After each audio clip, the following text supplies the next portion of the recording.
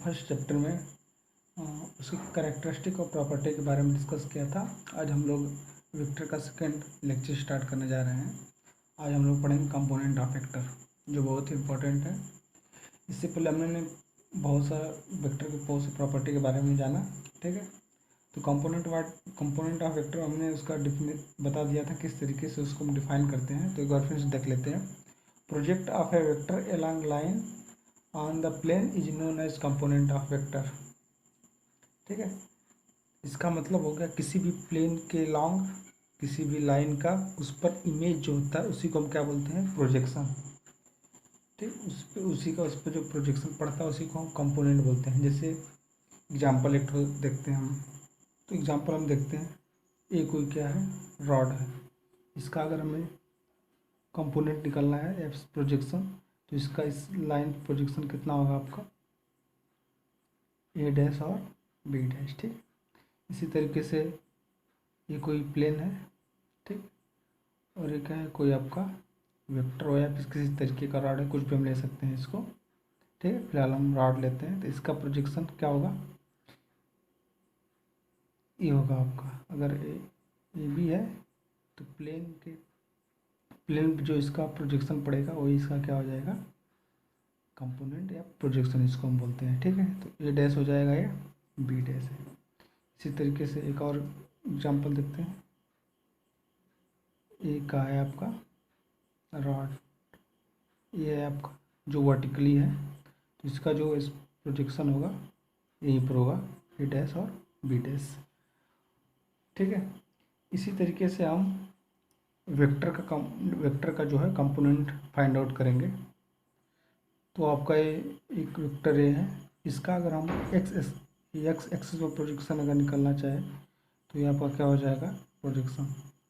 और y axis पर projection निकालना चाहे तो आपका ये क्या हो जाएगा, वाई एक्सिस पर प्रोजेक्शन हो जाएगा, ठीक है। इस पर जिस तरीके से इसका जो इमेज बनेगा, जिससे इस पर हम इधर से टार्च को ऑन करें तो इसका जो इमेज इस पर बनेगा वही क्या हो जाएगा, प्रोजेक्शन होगा, ठीक है। इसमें देखते हैं कि क्या होता है, ट्रायंगल ऑफ एडिशन को फॉलो करता है। तो इसको हम लिख सकते हैं, अगर वेक्टर ए है, ठीक है, तो इसको हम क्या लिख सकते हैं, अगर ये वेक्टर आपका बी मान लेते हैं, अगर सी, तो vector a is equal to vector b plus vector c हो जाएगा आपका। यहाँ पर एक्स एक्सिस और वाई एक्सिस दिया हुआ है, तो इसको हम वेक्टर लिख सकते हैं कि vector b is equal to क्या हो जाए आपका, x into i cap. I cap जो है एक्स एक्सिस को रिप्रेजेंट करता है और जो जे कैप है वाई एक्सिस को रिप्रेजेंट करता है। तो हम सी बराबर वेक्टर सी बराबर लिख सकते हैं वाई इंटू जे कैप, ठीक। वेक्टर को इस तरीके से हम रिप्रेजेंट कर सकते हैं। अगर एक्स दिया हुआ है, इसमें वाई दिया है, उसका मैग्नीट्यूड, तो हम उसके यूनिट वेक्टर से आई जे क्या है, दोनों यूनिट वेक्टर है, इसलिए vector b equal to x into magnitude plus magnitude into unit vector, यहाँ भी मैग्नीट्यूड इंटू यूनिट वेक्टर है, ठीक है। उसके बाद हम देखते हैं कि यहाँ पर क्या लिख सकते हैं, इसको cos theta equal to x upon, और जो वेक्टर ए का मैग्नीट्यूड है, अगर यहाँ पर रिजल्टेंट वेक्टर ए है उसका जो मैग्नीट्यूड ए है, मैंने ए लिख दिया, तो यहाँ पर एक्स इक्वल टू क्या हो जाएगा, ए कॉस थीटा, जो एक्स पर जो यहाँ पर कंपोनेंट, उसका जो कंपोनेंट होगा एक्स एक्सिस पर। इसी तरीके से वाई एक्सिस पर कंपोनेंट क्या हो जाएगा, sine theta equal to y upon a. तो वाई इक्वल टू आपका क्या हो जाएगा, a sine theta. Triangle of addition से अगर हम इसको लिखते हैं तो वेक्टर ए जो रिजल्टेंट वेक्टर है, वेक्टर बी और वेक्टर सी का, तो वेक्टर ए इक्वल टू हो जाएगा आपका vector b plus vector c. तो ए का है आपका एक्स का कंपोनेंट, ठीक है, और ये क्या है आपका वाई का कंपोनेंट, ठीक है। तो हम अगर इसको लिखें तो क्या हो जाएगा, बी एक्स का कंपोनेंट प्लस आई वेक्टर, तो क्या हो जाएगा x cos theta i cap, ए इसका मैग्नीट्यूड है, प्लस वाई साइन थीटा जे कैप, ठीक। तो अगर इसके रिजल्टेंट वेक्टर ये है, जिसको हम इस तरीके से रिप्रेजेंट कर सकते हैं प्रोजेक्शन के फॉर्म में या फिर कंपोनेंट के फॉर्म में। अगर वेक्टर अगर एक्स वाई दिया हो तो वेक्टर हम पहले फाइंड आउट करेंगे, फिर वेक्टर से उसके addition, triangle of addition method यहाँ पर अप्लाई कर देंगे, तो यहाँ से हमें रिजल्टेंट वेक्टर मालूम हो जाएगा।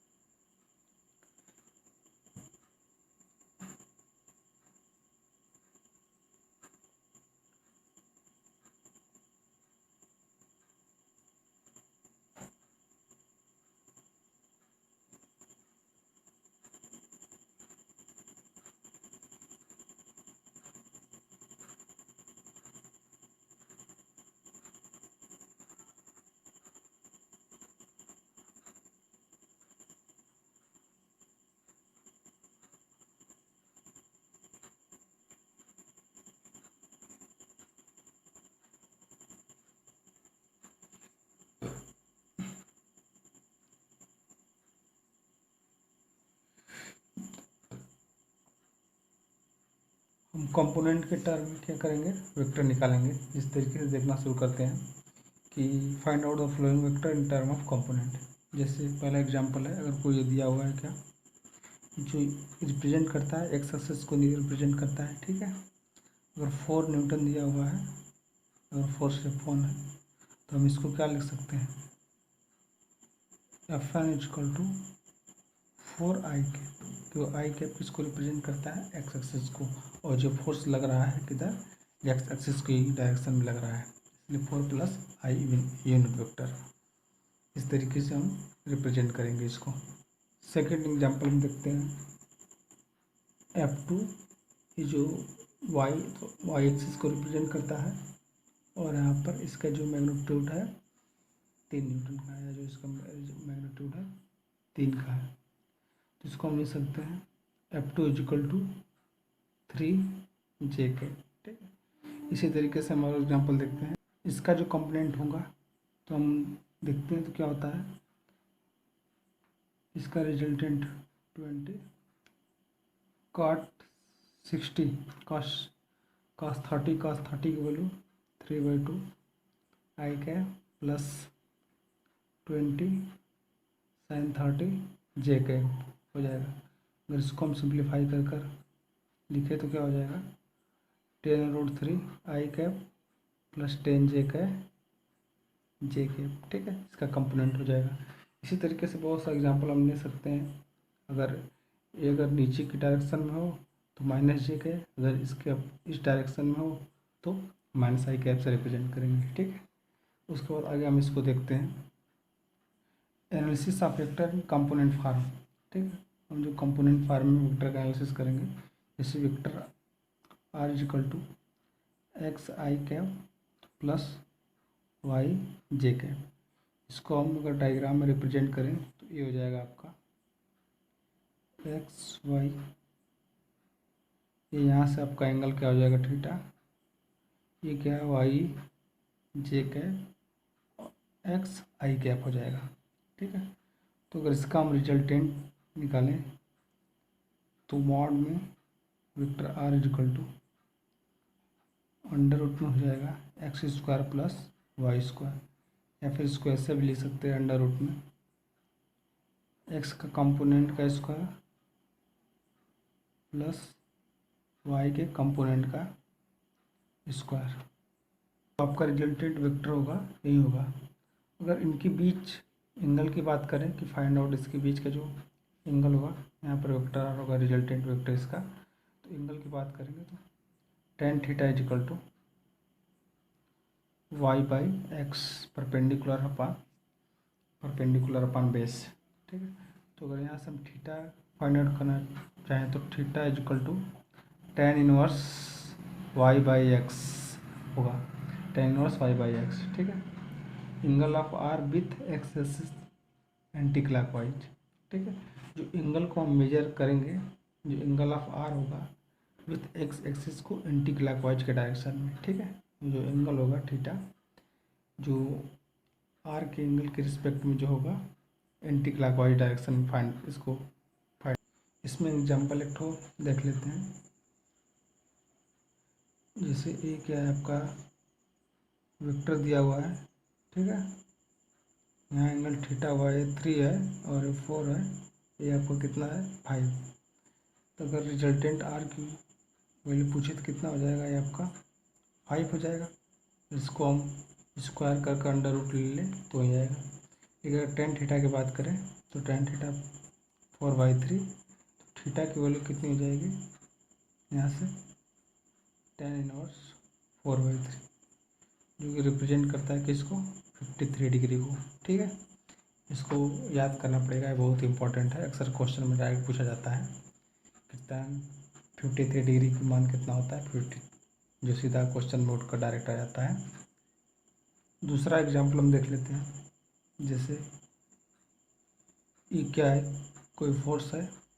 ठीक है, फोर्स लगा हुआ, इस फोर्स वेक्टर है और इसके साथ थीटा एंगल का बना रहा है, थीटा एंगल, और ये पूरा क्या है यहाँ से यहाँ तक अल्फ़ा।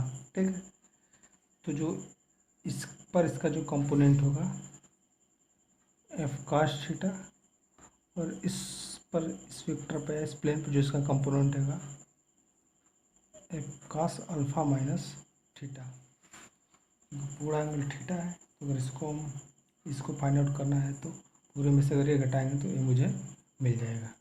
ठीक है, वेक्टर एनालिसिस के बाद हम देखते हैं एडिशन ऑफ टू वेक्टर। ठीक है, टू वेक्टर को हम किस तरीके से ऐड कर उसका रिजल्टेंट वेक्टर फाइंड आउट करते हैं। जो दिया गया है ये क्या है आपका वेक्टर ए है और वेक्टर क्या है बी है, इसके बीच का जो एंगल थीटा है, तो इसको हम एडिशन ऑफ टू वेक्टर को मेथड से यूज करते हैं। तो अगर इसका रिजल्टेंट इसको हम इसके पैरेलल वेक्टर करें खींच दें, बी वेक्टर बी हो जाएगा ये। ठीक है, अगर इसको हम आगे बढ़ाएं और जो एंगल यहाँ पर थीटा है, ये भी एंगल यहाँ से क्या है थीटा बनाएगा। तो अगर इसको हम आगे बढ़ाकर यहाँ पर बनाएं तो क्या हो जाएगा, अगर परपेंडिकुलर, और यहाँ पर अगर वेक्टर बी है तो ये क्या हो जाएगा बी कास थीटा और बी साइन थीटा। इसको हम रिजल्टेंट वेक्टर आर को लिख सकते हैं, vector R is equal to a plus b cos theta i cap plus b sine theta j के। ठीक है, अगर इसका हम मैग्नीट्यूड फाइंड आउट करें तो क्या हो जाएगा आपका vector a square plus b square cos square theta plus b square sine square theta plus 2ab cos theta हो जाएगा। ठीक, इस तरीके से इसका क्या हो जाएगा ये रिजल्टेंट या मैग्नीट्यूड वेक्टर आर का, जो रिजल्टेंट वेक्टर आर का मैग्नीट्यूड।